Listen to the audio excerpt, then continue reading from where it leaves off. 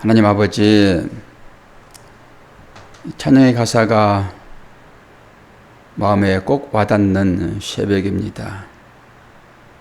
이 땅에 수많은 사람들이 예수를 믿고 예수님의 그 사역을 담기를 원하여 간절하게 기도합니다.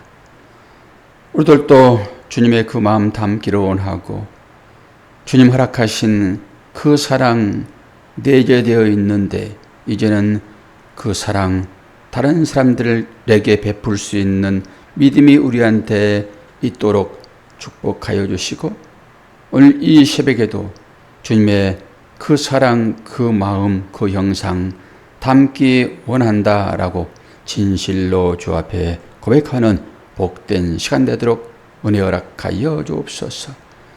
무더운 여름 날씨 가운데서도 하나님께서 우리들에게 호흡 주시고 이 간밤을 단잠을 이루게 하시며 또한 새벽에 주 앞에 기도하도록 인도하셨음에 주님 감사합니다.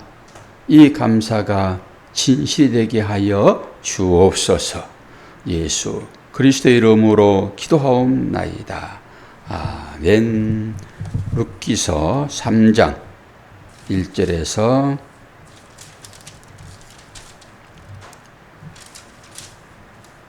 18절까지입니다.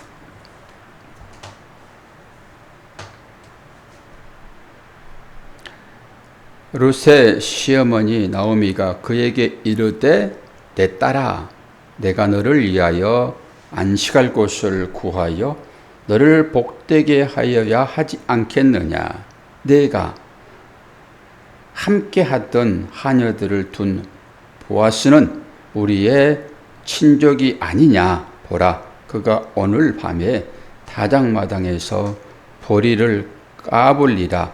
그런즉 너는 목욕하고 기름을 바르고 의복을 입고 타작마당에 내려가서 그 사람이 먹고 마시기를 다 하기까지는 그에게 보이지 말고 그가 누울 때에 너는 그가 눕는 것을 알았다가 들어가서 그의 발치 이불을 들고 거기 누우라. 그가 내 할 일을 내게 알게 하리라 하니 룻이 시어머니에게 이르되 어머니의 말씀대로 내가 다 행하리이다 하니라. 그가 타작마당으로 내려가서 시어머니의 명령대로 다 하니라. 보아스가 먹고 마시고 마음이 즐거워 가서 곡식탄 더미의 끝에 눕는지라. 룻이 가만히 가서 그의 발치 이불을 들고 거기 누웠더라. 밤중에 그가 놀라 몸을 돌이켜 본즉 한 여인이 자기 발치 아래에 누워 있는지라. 이르되 내가 누구냐 하니 대답하되 나는 당신의 여종 룻이오니 당신의 옷자락을 펴 당신의 여종을 덮으소서. 이는 당신이 기업을 물을 자가 됨이니이다 하니 그가 이르되 내 딸아 여호와께서 내게 복 주시기를 원하노라. 내가 가난하건 부하건 젊은 자를 따르지 아니하였으니 내가 베푼 인애가 처음보다 나중에 더하도다. 그리고 이제 내 딸아 두려워하지 말라. 내가 내 말대로 내게 다 행하리라. 내가 현숙한 여인 줄을 나의 성읍 백성이 다 아느니라. 참으로 나는 기업을 물을 자이나 기업 물을 자로서 나보다 더 가까운 사람이 있으니 이 밤에 여기서 머무르라. 아침에 그가 기업 물을 자의 책임을 내게 이행하려 하면 좋으니 그가 그 기업 물을 자의 책임을 행할 것이니라. 만일 그가 기업 물을 자의 책임을 내게 이행하기를 기뻐하지 아니하면 여호와께서 살아계심을 두고 맹세하노니 내가 기업 물을 자의 책임을 내게 이행하리라. 아침까지 누워 있을지니라 하는지라. 룻이 새벽까지 그의 발치에 누웠다가 사람이 서로 알아보기 어려운 때에 일어났으니 보아스가 말하기를 여인이 타작마당에 들어온 것을 사람이 알지 못하여야 할 것이니라 하였음이라. 보아스가 이르되 내 겉옷을 가져다가 그것을 펴서 잡으라 하매 그것을 펴서 잡으니 보리를 6번 대어 룻에게 지어주고 성읍으로 들어가니라. 룻이 시어머니에게 가니 그가 이르되 내 딸아 어떻게 되었느냐 하니 룻이 그 사람이 자기에게 행한 것을 다 알리라. 이르되 그가 내게 이 보리를 6번 대어주어 이르기를 빈손으로 내 시어머니에게 가지 말라 하더이다 하니라. 이에 시어머니가 이르되 내 딸아 이 사건이 어떻게 될지 알기까지 앉아있으라. 그 사람이 오늘 이 일을 성취하기 전에는 쉬지 아니하리라 하니라. 아멘. 말씀을 읽는데 수많은 이야기들이 저의 머리를 막 스칩니다. 수많은 이야기들이요. 이것저것 막 생각이 되어지는 거죠. 어떻게 생각이 되어질까요? 오늘 이 말씀은 우리에게 귀한 인생의 가르침을 또 주고 있습니다. 인생의 가르침이요. 성경은 인생의 가르침을 주지 않습니다. 성경은 나를 구원하신 예수 그리스도가 어떻게 나를 구원하였는가를 말씀하시는 것이죠. 그래서 구약은 모형, 그림자라고 얘기를 했습니다. 이 안에 인생 얘기가 다 들어있잖아요. 수많은 소설을 쓸 수 있지요. 이 얘기를 통해서. 우리는 이 얘기를 통해 가지고 무엇을 봐야 됩니까? 예수를 보아야 되잖아요. 인간적인 삶의 방법이 다 녹아 있잖아요. 시어머니 나오미는 어떤 사람인가? 그 나오미가 며느리에 대한 사랑, 여기에 극진하게 또 들어있지요. 그리고 그 며느리는 그 시어머니의 그 말에 온전히 순종하는 것으로 그렇게 되어 있잖아요. 그리고 또 여기에 보아스는 인간에게 있어서 나그네를 돌보는 아주 극률한 함이 그대로 녹아 있지요. 그럼에도 불구하고 또 다른 측면에서 인간적인 삶을 살펴보면은 지금 보아스는 나이가 되게 많이 먹었어요. 본인이 얘기를 하잖아요. 아니 젊은 사람이 많은데 어떻게 나 같은 나이 먹은 사람을 네가 믿고 그럴 수 있니? 라고 얘기를 지금 하고 있는 거잖아요.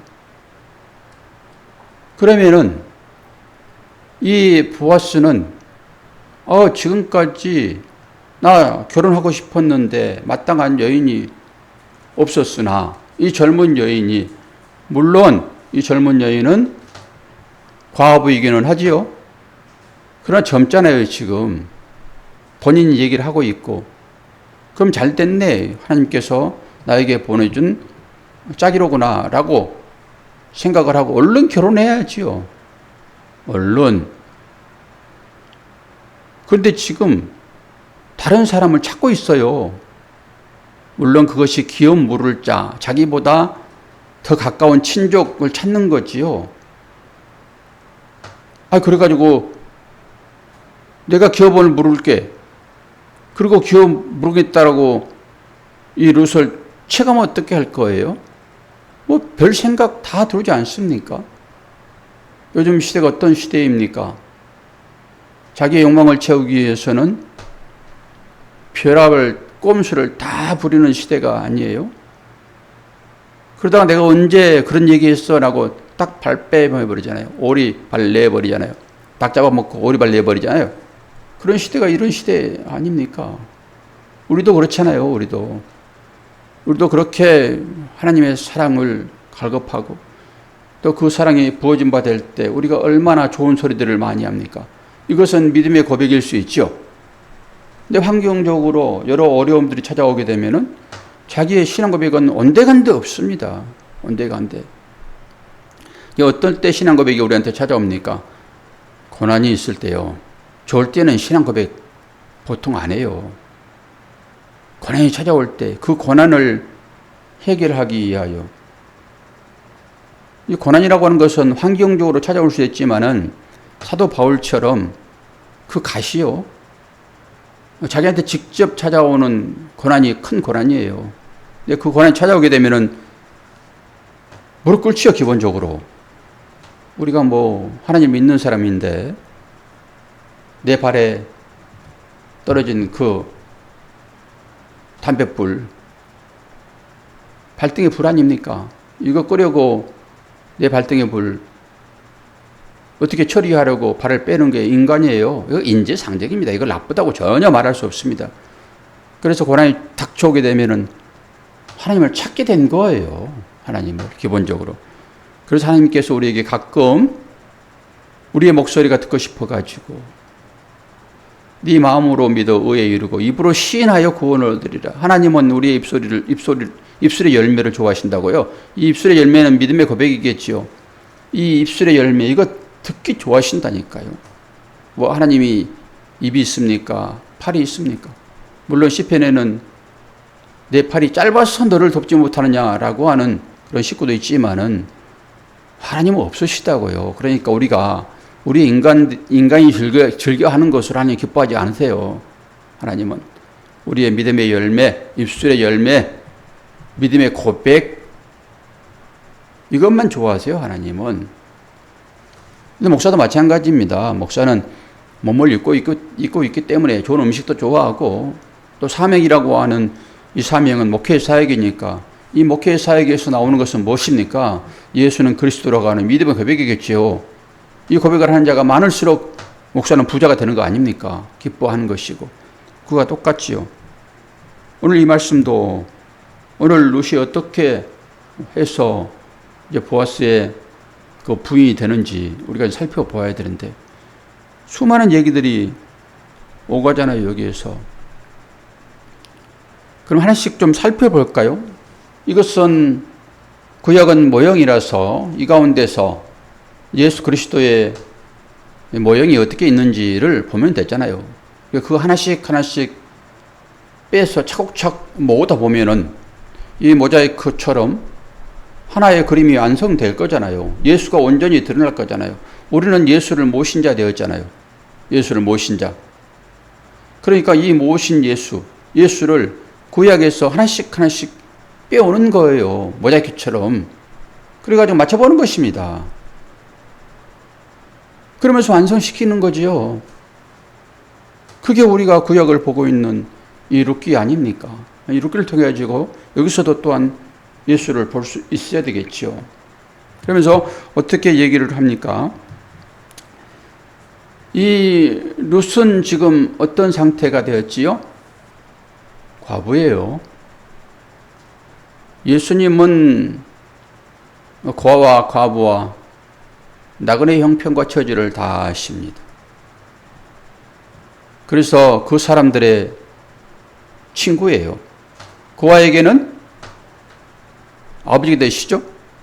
그리고 그 과부에게는 남편으로서 역할을 감당해 주시고요.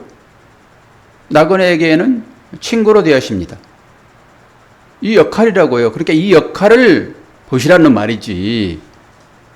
구약에서 그 실제적으로 시장에 넘어오게 되면은 그분이 오셨잖아요. 그분이 우리의 신랑인 것이고 구약에서는 역할로 이제 보시는 것이니까. 그러니까 이 룻기 이 3장에서 그 역할을 보시란 말이에요. 지금 룻은 과부예요, 과부. 그러니까 룻이 지금 자기의 신랑을 찾아갑니다. 그럼 그 신랑이 누구인가요? 당연히 보아스죠. 그 결혼할 것이니까요. 우리는 다 알잖아요. 족보상으로 다 어떻게 되는 것인지. 그 신랑을 지금 만나러 가는 과정 중에 있다고요. 만에 하나 이들이 과부가 되지 않았다 하게 되면, 남편이 죽지 않았다 하게 되면은 이 보아스를 만날 수 있는 가능은 제로입니다. 그런데 지금 과부가 된 거예요. 누구를 만나려고요? 보아스 신랑 만나려고요. 근데 만나는 장면이 조금 희귀해요. 지금 시어머니가 이상한 행동을 며느리에게 가르치고 있습니다. 세상 사람들의 눈으로 보면은 그렇게 보여요. 제가 이 역할을 제가 성경 읽으면서 느껴지는 것을 장면을 좀 바꿔볼게요. 장면을. 오늘 우리는 전혀 의심도 없이 너무 자연스럽게 이것을 지금 흡수해 버리는데 긍정적으로 저는 부정적인 측면에서 장면을 한번 바꿔볼게요. 똑같은 장면이 있어요. 이 보아스 그리고 이 룻은 이 다윗의 중조부입니다. 그러면 그 후손인 다윗 그 얘기를 한번 들어볼게요. 그 다윗이 다들 자기 병사들은 나라를 지키기 위하여 싸움터에 나갔는데 다윗은 지금 성벽에 올라가 있잖아요. 해가 질 무렵에 다윗만 지금 등장하는 것입니다. 제가 대본을 바꾸는 거예요. 나오미가 딱 자기 며느리에게 야, 지금 다윗 왕이 그 성벽 옥상에 올라가 있다. 다윗이 잘 보이는 곳에 조그맣게 유위가 뚫린 천막을 치고 너 거기에서 빨가벗고 왜곡하고 있어. 어때요? 지금 그 얘기나 이 얘기나 장면만 바꿨지 똑같은 얘기잖아요, 지금. 아니, 다윗이 밧세바를 범하는 그 사건은 우리가 되게 악하다고 얘기를 하고 하지만은 오늘 이 나오미가 시키는 이 일은 너무 당연한 것입니까? 아니, 그 외간 남자, 그 남자 오늘 기분 되게 좋을 것이다. 왜? 볼이 타작을 했으니까. 얼마나 풍작을 했겠냐고요. 그러니까 남들이 훔쳐가지 못하도록 지금 지키고 있는 것입니다, 거기에서. 그렇게 당연히 술 한잔 했을 것이고 아주 즐거움에 취했을 것이다. 너는 그것을 노려라. 그리고 목욕해. 기름을 바르라. 그리고 그 발치에서 그가 덮고 있는 이불 속으로 들어가, 이런 거잖아요, 지금. 여러분 아주 좋게만 느끼시는데요. 제가 보기에는 딱 그거예요. 그러면 나오미는 어떤 것입니까, 지금? 자기 며느리 신랑 만들어주려고 하는 계획적인 일이잖아요, 지금. 그러니까 이것을 보면서 믿지 않는 사람들은 그 나쁜 점을 이제 들춰내는 거예요. 대화를 해보면은 꼭 좋지 않는 쪽으로 하나님의 말씀을 끌어가는 사람이 있어요. 믿는 사람 중에서도 그렇다고요. 믿지 않는 쪽으로 자꾸 말씀을 끌어가요. 무슨 이해도 되지 않는 얘기를 합니까? 이게 사리에 맞습니까? 이게 분별이 됩니까? 이렇게 끌어가가지고 자기한테 유익되는 말만 취하여 이것만 하나님 말씀입니다라고 얘기를 해요. 과연 그렇습니까? 하나님 말씀이? 이해가 되지 않더라도 이 하나님 말씀을 믿음 차원에서 이 말씀을 보면은 믿음으로 보인다고요. 그렇게 제가 반대편에 억지 주장처럼 반대편으로 이 말을 끌어들여가지고 이렇게 얘기하더라도 전혀 이 얘기가 다른 얘기 아니잖아요. 그 얘기인 것이잖아요. 근데 그 얘기를 가지고 우리는 믿음으로 보아야 되겠죠. 길을 가다가 똥을 밟으면 어때요? 어떤 사람들 똥차만 지나가도 기분 나쁘더라고, 아침에. 이 새벽에, 이 이른 아침에 출근하는데 똥차를 보면 아주 기분 나빠요. 그래가지고 그 이상한 부적 같은 어떤 그런 말로 해요. 오히려 기분 좋게 한다는 거죠. 이상한 꿈을 꾸면은 개꿈을 꾸더라도 그런 꿈을 꾸면 기분 좋다고 얘기하잖아요. 돼지 꿈을 꾼다든지. 돼지가 뭐 복돼지 얘기하니까 그렇죠. 전부 그런 식이에요. 인간들은 사물을 볼 때. 어떤 경우라도 우리에게 주어지는 이 환경은 하나님께서 당신의 자녀에게 허락한 일이라고요. 자녀에게 허락한 일. 그럼 뭔가 그 가운데서 하나님의 마음을 볼 수 있는 그런 시각이 우리한테 열려야 되겠지요. 저는 말씀에 읽는데 그렇게 보이는, 믿음으로 보여주는 거죠. 과부된 룻. 이 과부된 것은 뭐 상황적으로 보면은 돌림병이 와가지고 그 남편이 죽었지만은 이 일로 내 가지고 지금 룻은 보아스를 만난다니까요. 그 만나는 장면도 좀 신기하기는 하지만은 이것은 자기 시어머니의 말에 순종하는 그런 걸로 보면은 나쁠 것도 없어요. 시어머니의 말에 순종하는 것으로 보면은 인간적인 얘기기는 하지만은 뭐 나쁩니까 그게? 거기서 결국 과부의 남편이 되기 위하여 이 땅 가운데 오신 예수 그리스도, 그 신랑을 만나잖아요. 그 신랑을.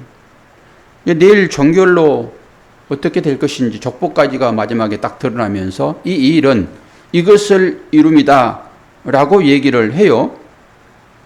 계보를 먼저 한번 읽어보고 넘어갑시다. 4장 18절. 4장 18절부터 22절.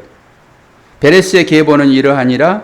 베레스는 헤스론을 낳고 헤스론은 람을 낳고 람은 아미나답을 낳았고 아미나답은 나손을 낳았고 나손은 살몬을 낳았고 살몬은 보아스를 낳고 이 보아스의 아버지가 살몬이에요. 보아스를 낳고 보아스는 오벳을 낳았고 오벳은 이새를 낳고 이새는 다윗을 낳았더라. 그래서 다윗의 후손으로 예수가 오는 거예요 지금. 그 계보를 만들고 계시다고요 하나님께서. 예수의 계보를 이런 방법으로 이어가신다니까요. 그리고 오늘 그 발치에 어제 얘기를 했잖아요.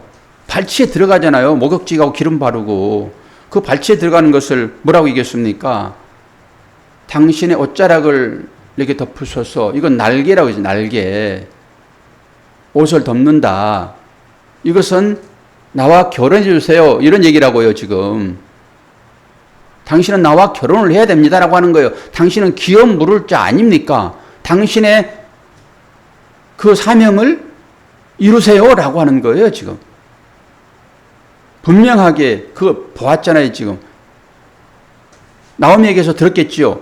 우리의 풍습은 이런 것이고 지금 보아스는 우리의 기업을 물을 자야 라고 얘기를 해줬기 때문에 이 은식을 가지고 접근하는 것입니다.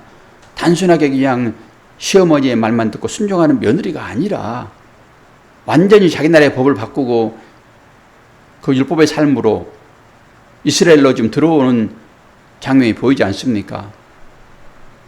그리고 보아스도 마찬가지고, 보아스도 아이고 잘됐다. 그리고 그 룻을 그 밤에 만졌으면 어떻게 할 거예요? 지난번에 어떤 남자들도 너를 못 만지게 해다라고 하는 거잖아요. 그런데 그렇지 하지 않아요 지금. 그렇게 하지 않고 이것을 비밀로 해라. 이게 만약에 들통나게 되면 문제가 생길 수 있다. 기업 물을 자가 이것을 트집 잡을 수도 있고 자기 이익거로 챙길 수도 있다. 그리고 너는 어떤 사람이야? 너는 현명한 사람이야. 이 현명한 사람이다 라고 하는 것은 뭐예요? 원래는 힘 있는 군대 이런 의미예요 이게. 힘 있는 사람이다. 현명한 사람이다 라고 하는 것은 힘 있는 것 이런 것입니다. 근데 제가 읽으면서 아까 확 와닿다는 것이 뭐예요? 그리고 나서 네가 동트기 전에 나가라. 그리고 나서 네 옷자락을 이렇게 해봐. 저는 이게 이렇게 입는 앞치마 같은 걸로 생각을 해요. 이렇게 해봐. 그랬더니 여기다 보리를 몇 대를 대줘요? 몇 대를 대줍니까? 그래요. 6번 대어주잖아요. 보리를 6번. 저는 그러는데 확 들어오는 거예요. 사마리아의 여인.